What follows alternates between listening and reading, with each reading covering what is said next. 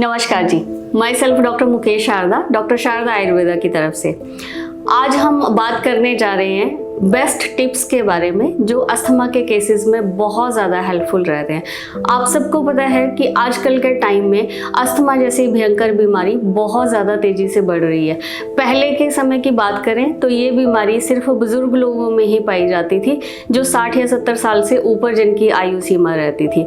लेकिन आज इस बीमारी की कोई सीमा नहीं है। छोटे से छोटे बच्चों के साथ ये बीमारी जो है वो जन्म ले रही है। नवजात शिशुओं को ये बीमारी हो रही है, थोड़े बड़े हो जाते हैं बच्चे, उनको ये बीमारी है, टीनेजर्स को है, एडल्ट्स को है, और जो महिलाएं हैं या पुरुष हैं 40 या 50 साल के, उन सबको ये बीमारी हो रही है। इस बीमारी के बहुत ज़्यादा कारण हैं। हर बीमारी के पीछे हर इंडिविजुअल का, हर व्यक्ति का कारण इस बीमारी के पीछे जो है वो अलग रहता है। सबके पीछे सेम कारण काम नहीं करते। लेकिन अगर मैं आपको आयुर्वेदिक दृष्टि के साथ ये बीमारी समझाऊं तो इस बीमारी को समझना बहुत ज़्यादा आसान है। ज़्यादातर इस बीमारी का ओरिजिन फेफड़ों में पाया जाता है, और ये बीमारी तब होती है जब हमारे शरीर में वात और कफ दोष जो है वो पूरी तरह से इम्बैलेंस हो जाते हैं। जब शरीर के अंदर बहुत ज़्यादा कफ भर जाता है तो हम लोगों को खांसी की दिक्कत आना शुरू हो जाती है। कई केसेस में रेशा निकलता है, कई केसेस में बलगम भी निकलता है, चॉक्ड हो जाती है, सांस लेने में दिक्कत आती है।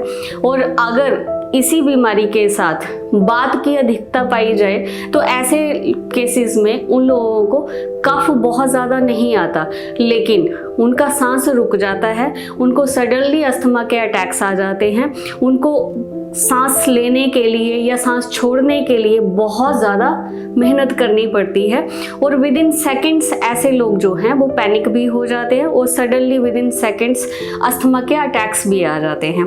तो ये दो तरह से परसेप्शन है आयुर्वेदिक सिद्धांत के ऊपर कि जब वात बढ़ेगा तो आप लोगों को कफ उस लेवल पे नहीं होगा।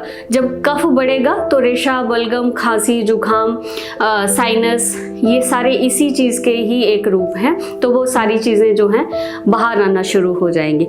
आज मैं आप लोगों को बहुत अच्छी टिप्स बताऊंगी कि जो भी लोग इस बीमारी के साथ पीड़ित हैं, जिन लोगों को अस्थमा की प्रॉब्लम है, जो इन्हेलर्स ले रहे हैं लेकिन उसके साथ भी उनको बहुत ज़्यादा जद्दोजहद करनी पड़ती है सांस लेने में, या जो लोग बहुत लंबे समय से स्टेरॉइड्स ले रहे हैं, मेड्रोल ले रहे हैं, या और भी एंटीबायोटिक्स, एंटी एलर्जिक मेडिसिन जिन लोगों की चल रही हैं, ऐसे लोगों को अपनी पूरी दिनचर्या में कैसी टिप्स उनको यूज़ करनी चाहिए जिसके साथ जितनी भी वो एलोपैथिक दवाइयों का सेवन कर रहे हैं वो धीरे धीरे करके कम होती जाए, और आपका स्वास्थ्य जो है वो पूरी तरह से बेहतर हो पाए और आप अपने जीवन को अच्छी तरह से जी सकें। सबसे पहले ऐसे रोगियों को अपने शरीर को पूरी तरह से समझना पड़ेगा। जिन लोगों को भी ब्रोंकाइटिस, अस्थमा की प्रॉब्लम है, या अस्थमैटिक अटैक्स आते हैं, या जिन लोगों को रेशा, बलगम, खांसी, जुखाम है, ऐसे लोगों को हमेशा ध्यान रखना चाहिए कि उनको कब्ज़ की शिकायत बिल्कुल भी नहीं हो। कब्ज़ मतलब कॉन्स्टिपेशन। पेट पूरी तरह से दिन में 1 या 2 बार पूरी तरह से साफ हो जाना चाहिए, और जिससे कि आपको कंप्लीट सेटिस्फैक्शन की फीलिंग होना शुरू हो जाएगी। उसके साथ क्या होगा कि हमारे स्टमक में, हमारी आंतों में, बड़ी आंतों में जितना भी एक्सेस में कफ, म्यूकस या रेशा है वो पूरी तरह से बाहर निकल जाता है। आपका इंटरनल पैसेज जो है वो कम्प्लीटली क्लीन हो जाता है, कंप्लीट इवैक्यूएशन होती है, और जितने लोगों को वात की अधिकता है उन लोगों को एक्सेस में जो गैस्ट्राइटिस की उत्पत्ति होती है, उसके साथ भी हमारा सारा जो इंटेस्टाइन्स है, हमारी पेट है, वो पूरी तरह से क्लियर होने के बाद उन लोगों की बॉडी बहुत ज़्यादा हल्की हो जाती है, शरीर बहुत ज़्यादा लाइट हो जाता है, और उसके साथ जितना भी हम सांस लेते हैं तो उसमें ऑक्सीजन की जो कंजप्शन है बॉडी बहुत अच्छे लेवल पे करती है, तो उनका सारा दिन बहुत अच्छे से जाता है। तो ये थी पहली टिप कि किसी भी ऐसे पेशेंट को कब्ज़ की शिकायत नहीं रहनी चाहिए। दूसरे जिन लोगों को इस बीमारी की प्रॉब्लम है, दूसरे नंबर पे ऐसे सारे ही मरीजों के लिए ये मेरी तरफ से एक हिदायत है कि आप हमेशा गर्म पानी का सेवन करें। कोसा पानी ही आपने पीना है सारे दिन भर, या शाम को जब भी आप फ्रिज का कोई ठंडा पानी ना पिएं। कभी कभार गर्मियों में जब बहुत ज़्यादा गर्मी हो जाए तो आपके लिए एडवाइज्ड होता है घड़े का पानी, क्योंकि जो घड़े का पानी है उसका जो नेचर है वो बिल्कुल बैलेंस्ड होता है। वो आपके शरीर की प्यास को भी बुझाता है और शरीर को पूरी तरह से शांत भी करता है। लेकिन अगर हम ठंडा पानी यूज़ करते हैं या फ्रिज का पानी यूज़ करते हैं तो अकॉर्डिंग टू आयुर्वेदा उसका नेचर बदल जाता है। आपने नोट किया होगा कि आपको वो 2 मिनट के लिए शांति तो देता है, लेकिन आपके शरीर के पित्त को पूरी तरह से शांत नहीं कर पाता। उल्टा उसका नेचर जो है वो गर्म होता है। वो शरीर में पित्त की उत्पत्ति करता है और बहुत ज़्यादा कंट्रैक्शन विद इन बॉडी आना शुरू हो जाती है, जो अस्थमा के पेशेंट्स के लिए बिल्कुल ठीक नहीं है। तीसरे नंबर के टिप की मैं बात करूं तो ऐसे पेशेंट्स के जो लंग्स के मसल्स होते हैं और जो लंग्स की कंप्लीट हम कह सकते हैं कि क्षमता होती है, स्ट्रेनिंग जो पावर होती है उसको बढ़ाने के लिए एक्सपेंशन होती है। लंग्स हमारे इस तरह से होते हैं, बलून के जैसे उनका आकार है। जैसे जैसे हम सांस लेंगे वो पूरी तरह से फूलते जाएंगे, उनका आकार बढ़ता जाता है। और जैसे जैसे हम सांस छोड़ेंगे बाहर तो वो पूरी तरह से सिकुड़ते जाते हैं। तो उसके लिए ताकि वो अपनी कंप्लीट फ्लेक्सिबिलिटी के ऊपर काम करे और हमारे जो फेफड़े हैं उनका जो मस्कुलर पावर है या स्ट्रेंथ है वो कैसे बढ़ाई जाए, ऐसे पेशेंट्स के लिए साइकिल चलाना बहुत ज़्यादा उपयोगी रहता है। अगर आप लोगों को साइकिल चलाने आती है तो 5 मिनट से लेके 10 मिनट या आधा घंटा धीरे धीरे धीरे करके अपना टाइम बढ़ाते चले और साइकिल चलाना शुरू करें। लेकिन धुंध के मौसम में, बारिश वाले मौसम में, बहुत ज़्यादा एक्सट्रीम जहाँ पे एनवायरनमेंट कंडीशंस होती है, जहाँ बहुत ज़्यादा ठंड होती है, वहाँ पे आपको ऐसा नहीं करना चाहिए।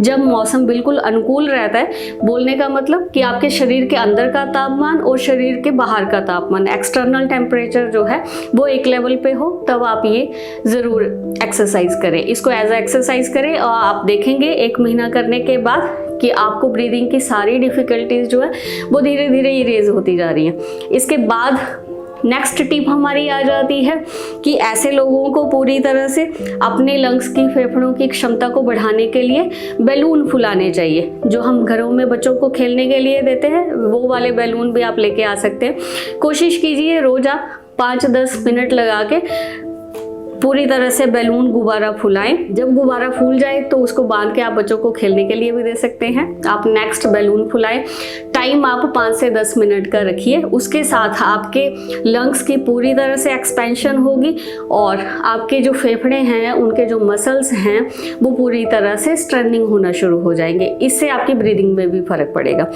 इसके बाद अस्थमा वाले पेशेंट्स के लिए नेक्स्ट टिप है, बहुत ज़्यादा उपयोगी है, कि आप लोग अपने आप को पूरी तरह से रिलैक्स रखें। क्योंकि जब आपको एंग्जाइटी नहीं होगी, डिप्रेशन नहीं होगा, ऐसे केसेस में, अस्थमा के केसेस में सबसे ज़्यादा एंग्जाइटी, घबराहट देखी जाती है। वो पैनिक हो जाते हैं 2-2 मिनट में। जैसे उनको सांस नहीं आता है तो वो अपनी सांस के लिए स्ट्रगल करते हैं। पैनिक ज़्यादा होने से आपके शरीर में बात का संकुचन हो जाता है। उसके साथ साथ सारे आपके मसल्स जो है वो कंट्रैक्शन में आ जाते हैं और उसके साथ बॉडी में अगर ऑक्सीजन हो भी तो भी लंग्स उसको यूटिलाइज नहीं कर पाते। इसलिए आपको हर परिस्थिति में पूरी तरह से शांत रहना ज़रूरी होता है। उसके लिए योगा में बहुत अच्छा एक प्राणायाम है जिसको बोलते हैं अनुलोम विलोम प्राणायाम। इस तरह के मरीज जो है सुबह या शाम 10 से 15 मिनट के लिए अनुलोम विलोम प्राणायाम, डीप ब्रीदिंग बहुत ज़रूरी है आप लोगों के लिए। 10 से 15 मिनट का टाइम लें और उसको पूरी तरह से करना शुरू करें। ऐसा करने से आपके माइंड पे ये प्राणायाम बहुत ज़्यादा अच्छा प्रभाव डालेगा। आप हमेशा एक शांत स्वभाव में रहेंगे। पैनिक होने की जो आपका नेचर बन गया होता है उसमें भी आपको बहुत अच्छे रिजल्ट्स मिलेंगे और आप एक हमेशा मेडिटेटिव स्टेट में रहेंगे। अवेयरनेस आपकी बॉडी में बहुत ज़्यादा रहेगी। सबसे बड़ी बात, अगर मैं साइंटिफिकली टर्म्स में बात करूं तो आपके शरीर के अंदर बहुत ज़्यादा लेवल पे ऑक्सीजन जाएगी और आपके शरीर का कण कण उस ऑक्सीजन को यूटिलाइज करेगा अपने काम करने के लिए। ऑक्सीजन के लिए आपको ग्रैस्प नहीं करना पड़ेगा और इससे आपका पूरी बॉडी मसल्स जो हैं वो पूरी तरह से रिलैक्स रहेंगे और शरीर में जो ऑड इवन प्राणवायु होती है वो पूरी तरह से बैलेंस स्टेट में आ जाएगी। तो उसके साथ आपके सारा शरीर जो है वो बहुत अच्छे लेवल पे रहेगा। इसके बाद अब हम खाने की टिप्स पे आते हैं कि आप लोगों को हमेशा खाने में क्या ध्यान रखना चाहिए। अस्थमा के केसेस में बहुत ज़रूरी है कि आप हमेशा ऐसा खाना खाएं जो कफ को कम करे और उसकी प्रकृति खाने में उष्ण हो, मीन्स गर्म हो, सो दैट आपकी बॉडी में जितना भी एयर इम्बैलेंस है, जैसे मैंने सबसे स्टार्टिंग में आपको बताया था कि ये बात और कफ के इम्बैलेंस की बीमारी है, तो जब आप खाना ऐसा खाएंगे जो कफ को कम करेगा और बात को भी हटाएगा तो आपके शरीर के लिए बहुत अच्छा रहेगा। ऐसा खाना है, उसको इस कैटेगरी में रखने के लिए मैं आपको बताती हूँ कि आप हमेशा ताज़ा खाना प्रेफर करें। हमेशा फ्रेश रोटी बनाएं, ताज़ा आटा गूंदें, ताज़ी ही सब्जी बनाएं, ताज़े ही सूप लें, ताज़े ही सैलेड लें, लेकिन सलाद को लेने का समय है दोपहर 2 बजे तक। उसके बाद आपने सलाद नहीं लेना है। फ्रूट्स जो हैं फ्रिज से निकाल के उसको गर्म पानी में डिप करके 5 या 10 मिनट रखें, नॉर्मल टेम्परेचर पे होने दें और फिर आप उसका सेवन करें। आप हर तरह के ड्राई फ्रूट्स का सेवन कर सकते हैं, काजू को छोड़ के बाकी सारे ही ड्राई फ्रूट्स आपके लिए बहुत ज़्यादा उपयोगी रहेंगे। ताजे खाने का कंसेप्ट ये है कि आयुर्वेद ये कहता है कि जब खाना बन गया उसके 1 घंटे से लेके 3 घंटे के बीच बीच में उस खाने की जो ऊर्जा है, जो एक्चुअली हमारी बॉडी को चलाने में हेल्पफुल रहेगी, वो बहुत ज़्यादा अच्छे स्तर पे होती है, जिसके साथ जो भी आप खाना ग्रहण करते हो वो आपके शरीर में बहुत ज़्यादा ऊर्जा देता है और किसी भी बीमारी को पैदा नहीं करता। और जो ताज़ा खाना होता है उसमें बात पित्त कफ जो है वो पूरी तरह से उसको बैलेंस में रखने की एक अपनी ही शक्ति होती है। तो जब भी आप खाना खाएं, बनाने के 3 घंटे के अंदर अंदर उसका उपयोग कर लें। ऑब्वियसली कुछ ऐसे लोग भी होंगे जो ऑफिस से जाते हैं, तो कोई बात नहीं, आप कुछ अपना उस हिसाब से मैनिपुलेशंस कर सकते हैं सो दैट आप खाने को अपने अकॉर्डिंगली, आप अपने टाइम के हिसाब से उसको यूटिलाइज करें। दूसरी बात, ऐसे लोगों के लिए हमेशा गर्म या टेम्परेचर में गर्म वार्म फूड खाना बहुत ज़रूरी है। आप लोगों के लिए कोई भी ठंडा खाना उचित नहीं है, क्योंकि जब भी आप ठंडा खाना खाएंगे वो हमेशा बात लेवल को बढ़ाएगा और जब बात आपके शरीर में बढ़ेगा तो आपको सांस छोड़ने में दिक्कत आएगी। जितने भी अस्थमा के केसेस हैं उनमें सांस लेने में दिक्कत नहीं आती, उनको सांस छोड़ने में दिक्कत आती है। जब आप इस तरह का फूड जो है अपनी लाइफ में चेंज करेंगे तो आप देखेंगे कि आपको बहुत अच्छे लेवल पे जो है उसके रिजल्ट मिलना शुरू हो गया।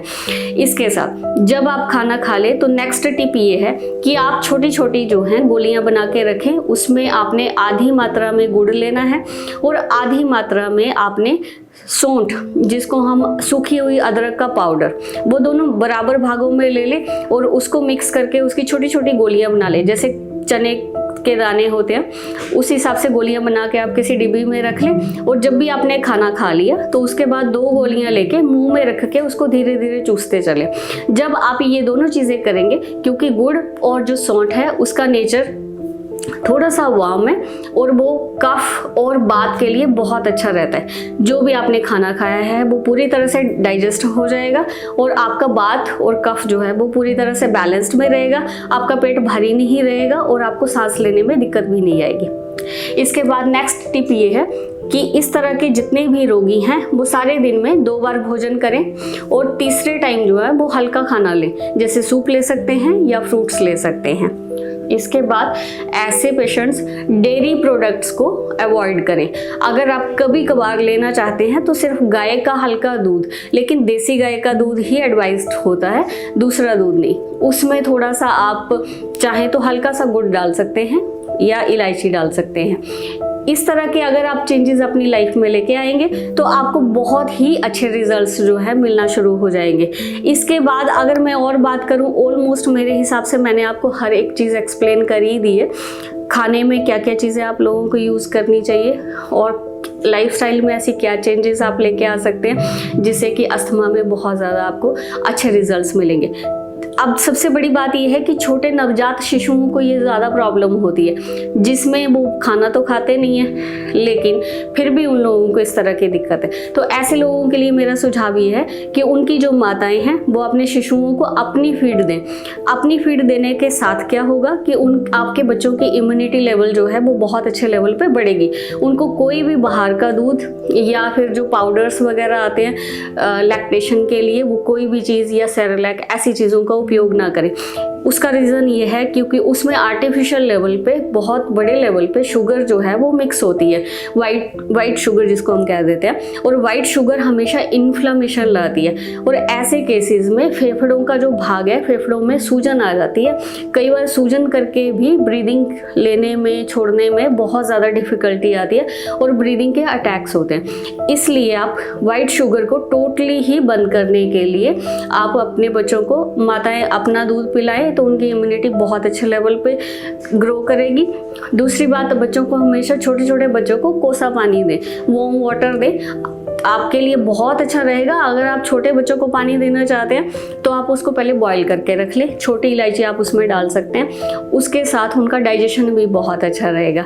आई होप मैंने इस वीडियो में सारी ही तरह के नेचुरल टिप्स और आप अपने लाइफस्टाइल में क्या चेंजेस कर सकते हैं वो डिस्क्राइब किए हैं। अगर आपको मेरी ये वीडियो पसंद आती है तो आप हमारे चैनल को ज़रूर लाइक कीजिए और अपने दोस्तों के साथ शेयर कीजिए।